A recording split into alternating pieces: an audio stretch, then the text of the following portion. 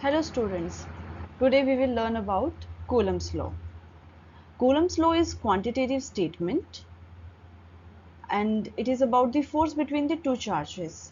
With the help of Coulomb's law, we define the force between the 2 point charges in a given system of charges. So, what do we mean by point charges? As it was already explained in the previous class, point charges are the charges which have very small size when compared with the distance between them. The distance which is r, which is very much bigger than the size of charge. Size of charges we are considering, and hence these charges are known as point charges. When the linear size of charged bodies are much smaller than the distance separating them, the size may be ignored and the charged bodies are treated as point charges. Okay. Force between 2 points varies inversely as the square of the distance. This one statement should be underlined: square of the distance between the charges and was directly proportional. Here, which kind of proportionality it is showing? Inversely proportional to the square of distance, and was directly proportional to the product of magnitudes of the two charges and acted along the line focusing the two charges. Okay. Now let us understand this point with respect to this diagram. Okay. We are having these two charges, charge Q1 and charge Q2. Okay, and this is the distance between the two charges. I'll make one separate diagram over here. This is our charge Q1 and this is our charge Q2. Q1 and Q2 is separated by a very big distance, that is R. R is comparatively bigger than the sizes of Q1 and Q2. Okay, so the force will act in this direction of the line joining the two charges, in the direction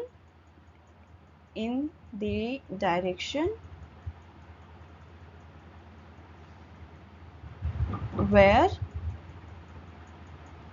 the line joins two charges. Okay, so distance is r, this is q1, this is q2, and the force acts along this line. So force is proportional to the product of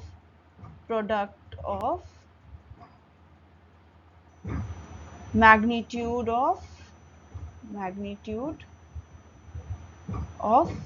charges. Okay, so what is product of magnitude of charges? That is q1 into q2. Secondly, force is inversely proportional, inversely 1 upon, okay, inversely proportional to the square of distance between them, okay. What is that? F is proportional to 1 upon r the whole square, r the square. Okay, so substituting these two values, this one value and other this value, in one formula here, we will get as F is proportional to Q1 Q1 into Q2 by R square. We removed this proportionality sign and we wrote K here. This K is our proportional constant for proportionality. Okay, constant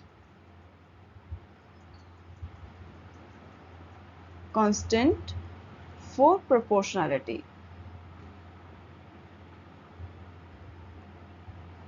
Fine. Thus, if 2 point charges look over this fourth point. Thus, if 2-point charges Q1 and Q2 are separated by a distance r in vacuum. Here in this chapter we will talk only about the charges which are placed in vacuum.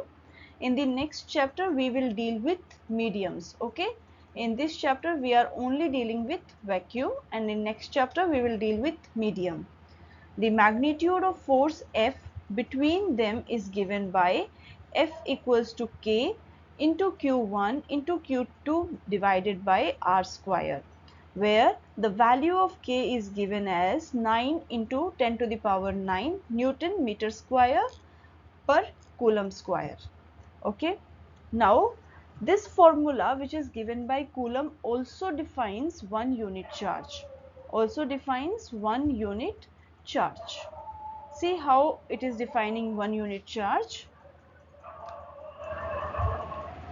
When we are having Q1 equals to 1 Coulomb, Q2 equals to 1 Coulomb, and the distance between these charges Q1 and Q2 is 1 meter and placed in vacuum, what formula we are getting? F equals to 9 into 10 to the power 9, that is the value of K, 1 Coulomb, that is the value of Q1, other 1 Coulomb, that is the value of Q2, 1 square, that is the distance between them. Here we have written down the dimension. For the K dimension is this: Newton meter square Coulomb square into Coulomb for the charge by meter square, that is the distance. Cancelling out all the cancelable values, what we get? F equals to 9 into 10 to the power 9 Newton. So this force is of very great power. Value 10 to the power 9 is very much value. See the speed of light. How much is it? We take c as 3 into 10 to the power 8 meter per second. In this speed itself, the motion of light is the fastest. See the power. Here the power of this force is 10 times bigger than this power. So you can think how much big of this force is. So from this point also we can conclude that 1 Coulomb of charge is a very big quantity,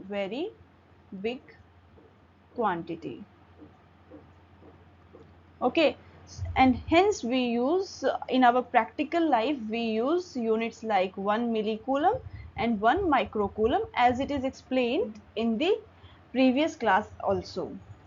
Okay, so here the value of K is 9 into 10 to the power 9 Newton meter square per Coulomb square, but this K can be written as 1 upon 4 pi epsilon naught.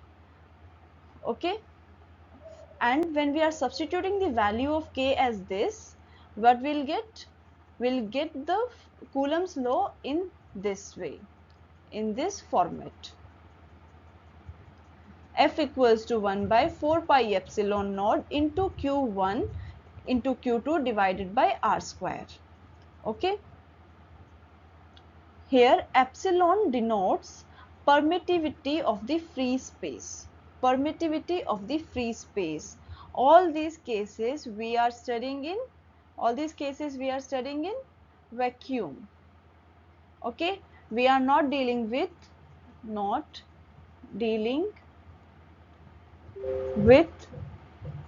medium. Okay, we are reading only about the vacuum.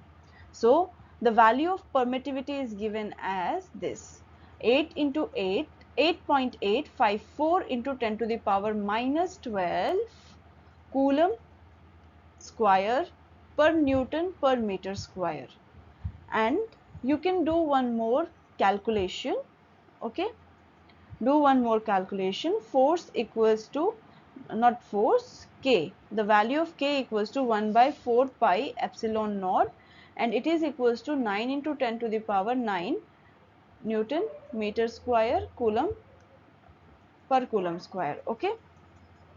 So we can substitute the value of 1 by 4 into pi is 3.14 and epsilon is 8.854, into 10 to the power minus 12.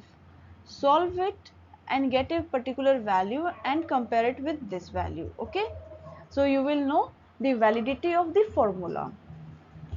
And since our force is a vector quantity, how is force a vector quantity? Force has both magnitude and direction. For the force, we can define its magnitude as well as its direction. See, in the previous case, when we have taken the 2-point charges, we have defined the force will act along the line joining them. So we gave the direction, and hence the force is a vector quantity. So we need to write our Coulomb's law in the vector form. It is very much compulsory when we are dealing with a vector quantity, we should write the formula in vector format. So the position vector for Q1 and Q2 are R1 and R2 respectively. See, this Q1 in a three-dimensional space, this Q1 is placed somewhere here. Okay, somewhere here. This is our Q1. So if we define it the position with all the three coordinates, it is R1. Similarly, our Q2 is placed somewhere here, and if we define the coordinate with respect to all the three dimensions, it will be somewhere R2. Okay, in this space we are dealing with the charges in the space, so it will be R2. Now the distance between them, the position of these is given as R1 vector and R2 vector, and the distance between them will be given with respect to each other. Like for this case, when the charges are of the same polarity. Okay, the charges are of same polarity. This is case 1. Q1 and Q2 both are same with same sign. It can be negative or it can be positive. Okay, so what we can see is from Q1 from Q1 to Q2, the distance is denoted as R21. Okay, here Q1 Q2 is greater than 0 and force is in the opposite direction. From Q the force is moving in the opposite direction. See, from here the force is in this direction, from here the force is in direction, but this force is along the direction, along the line joining the Q1 and Q2. So what kind of relation they are showing? They are showing the relation of repulsion. So what is happening? Like charges repel. Like charges repel. In this case, Q1 and Q2 are of opposite polarity. Having opposite polarity. Having opposite polarity. Okay. So when they are having opposite polarity, the force is acting along the line joining them, and the distance again is same, R21, and this force is in the direction, like from Q1 the force is going to Q2, and from Q2 the force is going to Q1. So what sort of relation they are showing? They are showing the force of attraction among them. The force of attraction among them. So reading out here, for force on Q1 due to Q2 is denoted by F12, and force on Q2 due to Q1 is denoted as F21. So the subject here is our charge. This is our charge Q1, this is our charge Q2, and the force which is acting on it is denoted by force on 1 due to 2, and the force which is acting on Q2 is denoted as force on 2 due to 1, charge 1. Okay, and the position R21 vector leading from Q1 to Q2 is denoted by R21, and this is written as R21 equals to R2 minus R1. Similarly, vector leading from Q2 to Q1 is denoted as R12 and it is given as R1 minus R2, that is opposite in direction with respect to R21. So vector R12 can be defined with respect to vector R21, but the magnitude will be different. Okay. For one, this vector is going in this direction. For the other case, the vector is coming in this direction. But what is same here is the magnitude. They have same magnitude. Magnitude is same. And where then the difference we made is difference is in direction. How much is the difference? Direction is totally opposite. Direction is totally opposite. Okay. Now let us define unit vector because we want to write our Coulomb's law in the vector format. Okay. So what is a unit vector? A unit vector is defined as a vector which have a magnitude of 1. A vector having magnitude of 1. This vector sometimes is referred as a directional vector too. Directional vector. Why do we consider a unit vector as a directional vector? Because when the magnitude is 1, then what the vector is defining? Vector defines only two quantity. First is our magnitude and other is our direction. When magnitude is equal to 1, unity, then what is left behind? Direction only. So when a vector is having a magnitude of 1, it is known as unit vector and it is called as directional vector also, because at that particular point it points out the direction in which the vector is going. So the distance between 1 and 2, charge 1 and charge 2 can be defined as R21, vector R21, and the unit vector for that is vector R21 divided by magnitude of vector R21. See, we are having a vector y, that is y1i plus y2j plus y3k. Okay, this is our vector. Now we want to define unit vector of this y vector. So what we will do is we will take like this, y1i plus y2j plus y3k divided by under the root y1 square plus y2 square plus y3 square. This under the root terminology is magnitude of the given vector. This term is magnitude of vector y. Okay. So this is what we have done here to find the unit vector for R21. R21 cap equals to R21 vector divided by R21 of magnitude. Similarly, for R12, we have used the same format. That is vector divided by the magnitude of the same vector.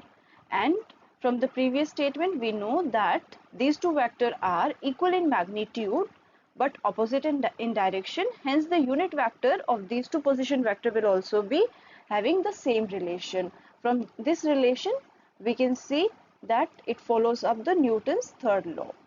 Newton's third law. Now, this is how we will write our Coulomb's law in the vector format. Okay.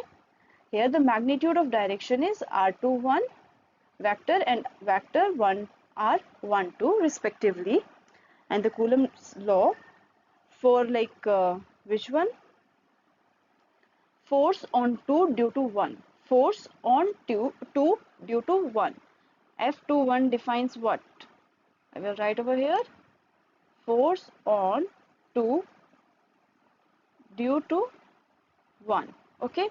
1 by 4 pi epsilon naught, that is K equals to Q1 into Q1 Q2 divided by R21 square into unit vector. Here this unit vector is having magnitude of 1, so our equation will remain till here only. But this unit vector plays an important role to define the direction of this force. We are multiplying this whole formula with unit vector because it will not change the magnitude but will give us a defined direction, when we are having numbers to find out the force between the two given charges. If we are not including this r cap, it will not make any changes in the value of force, in the magnitude of force, but this is important to define the direction of the force, okay. Now there are few remarks. Basically these remarks are the validity of Coulomb's law and how the Coulomb's law is like giving us the properties of the charges. We will understand through these remarks. So going to the number 1. Above equation is valid for any sign of Q1 and Q2, whether positive or negative. Here we are having Q1 and Q2, and it can be electron, it can be proton, okay, anything. If electron and electron is there, minus E into minus E will be the Q1, Q2. It will give us positive value. So positive implies there is a repulsion. The force will be positive, okay.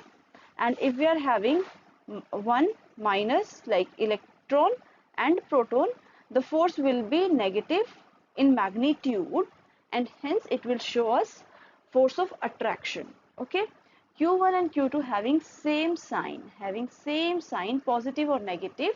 F21 is alone R21, which denotes repulsion, okay. Same sign shows repulsion, like charges repel each other.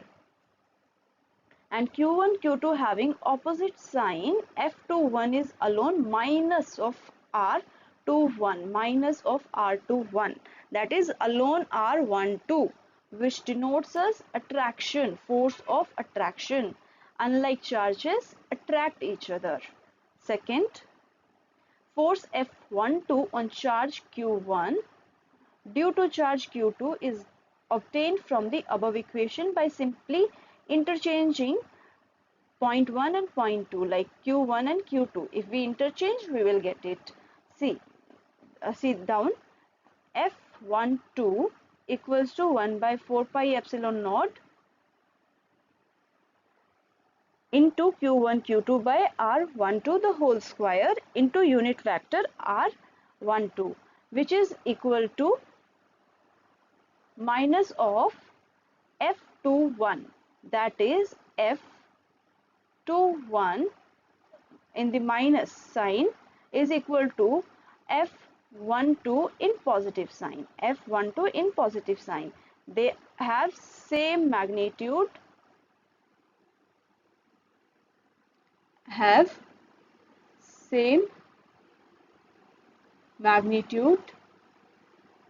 but opposite direction, okay. Thus Coulomb's law agrees with the Newton's third law. So let us define what is Newton's third law. Newton's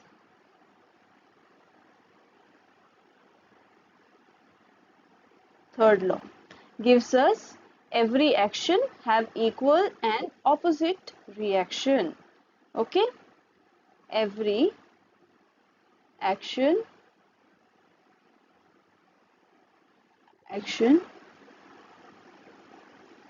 have equal and opposite reaction. Okay, so in similar way, the forces acting due to Q1 on Q2 and forces acting on Q1 due to Q2 are same in magnitude but have opposite direction. Here the force will act from Q1 to Q2, and here the force will act from Q2 to Q1. So they are opposite in direction, okay, but they have same magnitude.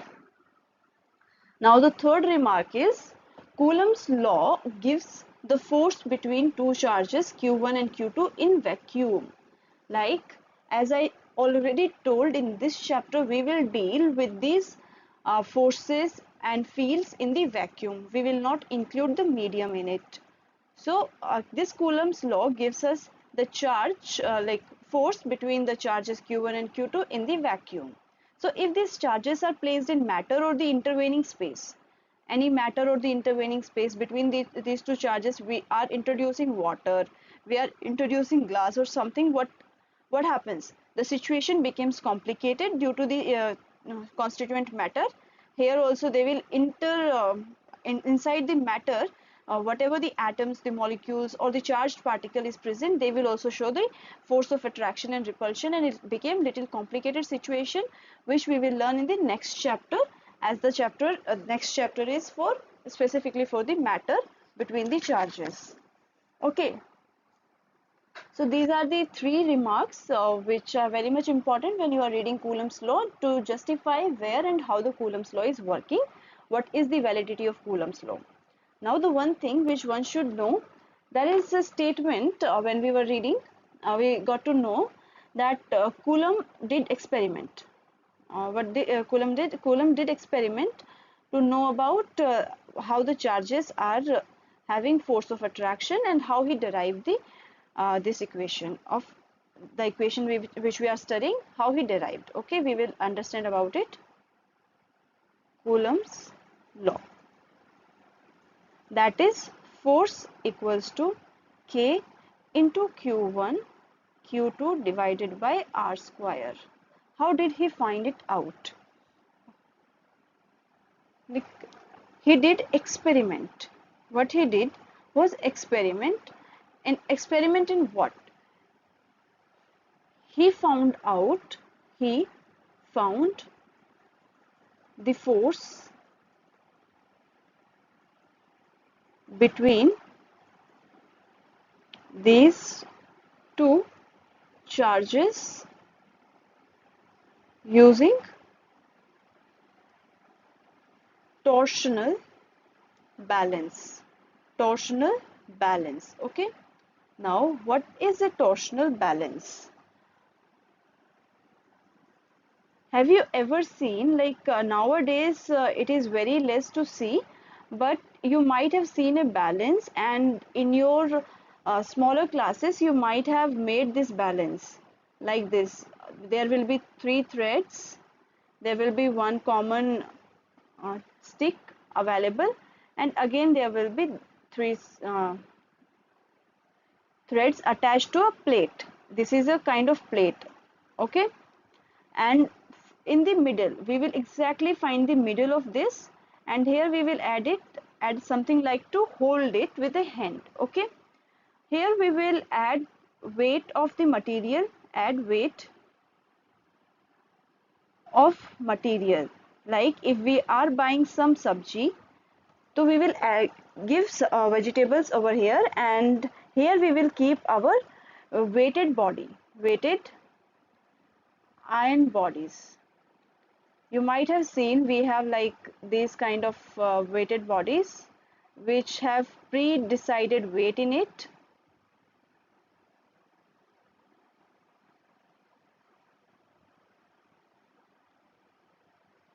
Okay, like this 1 kg it will be, or 2 kg, 5 kg, 10 kg, as per to the requirement. We will keep this over here. When we are keeping this over here and there is nothing here, it will go down. Okay, but when we start adding vegetable in it, it will start coming up, and at a point these two will be equal. That implies the amount of vegetable on one side is equal to the amount of weight given on the other side. So this is what a balance is known as. So torsional balance is also a device which is used to know, to weight something or to find out the force. Now let's under what kind of device it is. It is a device used to measure the gravitational acceleration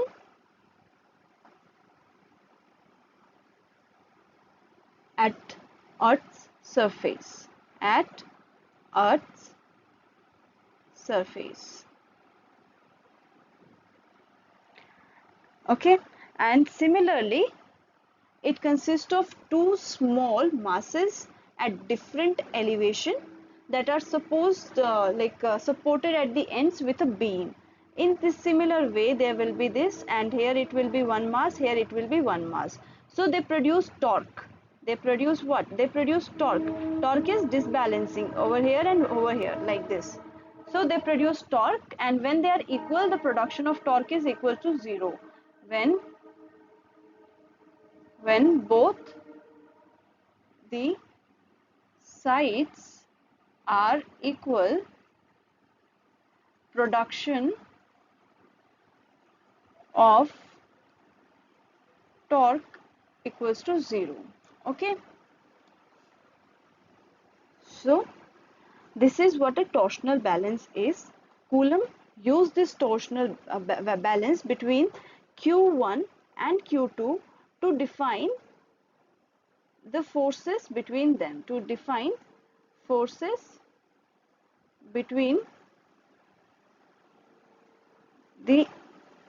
these charges. Okay, so this is one concept of torsional balance. Secondly, we will understand how the two charged bodies, he did another experiment. One was torsional balance. Under this torsional balance, how we use the concept of this balance in these charges in Q1 and Q2. Let's see on the next slide. Okay, so he took one particular charge. Okay, this is one particular charge having charge Q. Okay, he brought this body B, this is A, this is B. This body B is uncharged. This body B is uncharged. Okay, this body B is uncharged, and he brought this body in contact with A. This is B. Now what will happen? According to additive law of charges, according to additive law of charges, this body A will share some charges to body B, and it will keep on sharing charges unless the charges on the body A equals to charges on the body B. QA equals to QB. Now when will this happen? When Q will lose half, body A will lose half of its charges to body B. Okay, now what we have, body A with charge Q by 2 and body B with charge Q by 2. Okay, this is body B, this is body A. Now Coulomb brought these bodies A and B at a distance of r, okay, and he found out the force. Using this situation, he found out the force, which will come like Q2 into Q by 2 into Q by 2 into r square into K. Okay, then next he got a body C. When the charges in this, how much charges is left? Q by 2 charges is left, and he got a body C. Body C is also uncharged, and he brought this body C again with body A. Now again there will be distribution QA equals to QC. What is the charge of Q A, that is QB, and it is 0. Now it will reduce to half, Q by 4, and this will be Q by 4. Okay, both the bodies will have same amount of charges, Q by 4 by Q by 4. So now this body A is over here, Q by 4 body A, kept at a particular distance of r only.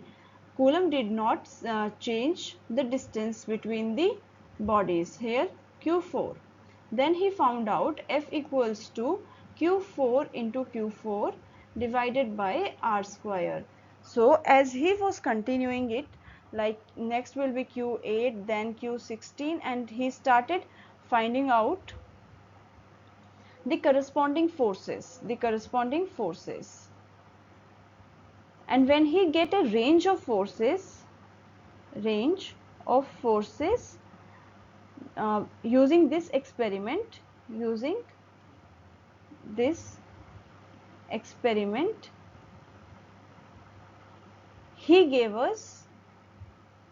he gave us formula which we are using nowadays, What is the formula? That force is proportional to charges product and force is inversely proportional to square of distance.